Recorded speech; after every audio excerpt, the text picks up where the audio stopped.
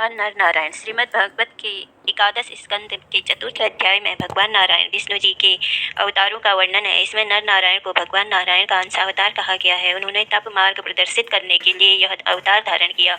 नर नारायण नामक दो भाई हुए हैं जिन्होंने बद्रिकाश्रम में उग्र तपस्या की, जिसके प्रतीक स्वरूप बद्रिकाश्रम में नर नारायण नामक पर्वत है।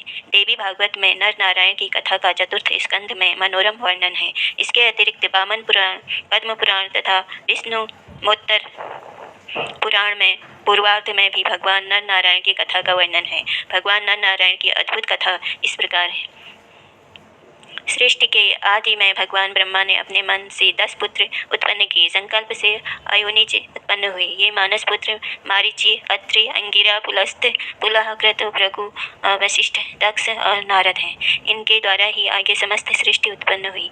इसके अतिरिक्त ब्रह्मा जी के दाएं स्तन में धर्मदेव, पृष्ठ में अधर्म उत्पन्न हुए। ब्रह्मा जी के पुत्र दक्ष प्रजापति का पुत्र मनु पुत्री प्रसूति से हुआ। प्रसूति से दक्ष प्रजापति की 16 कन्याएं उत्पन्न हुई। उनमें से 13 कन्याओं का विवाह धर्म से हुआ तथा एक कन्या का विवाह अग्नि से, एक का पितृगण से तथा अन्य एक का विवाह शिव जी से संपन्न हुआ। जिसका विवाह धर्म से हुआ उनके नाम इस प्रकार हैं: श्रद्धा, मैत्री, दया, शांति, तुष्टि, पुष्टि, क्रिया, उन्नति, बुद्धि, मेधा, तितिक्षा, ह्री, लज्जा तथा मूर्ति। धर्मदेव अपनी सभी पत्नियों से स्नेह करते। छोटी पत्नी मूर्ति से उन्हें विशेष स्नेह था। समय आने पर धर्मदेव की सभी पत्नियों ने एक एक पुत्र रत्न को उत्पन्न किया। देवी मूर्ति के 2 पुत्र हुए, नर और नारायण। वे अपनी समस्त माताओं एवं भाइयों से समान स्नेह करते थे। नर नारायण ने अपनी माता मूर्ति की अत्यंत श्रद्धा एवं भक्ति से सेवा की। उनकी सेवा भक्ति से प्रसन्न होकर माता मूर्ति ने उन्हें वरदान मांगने को कहा।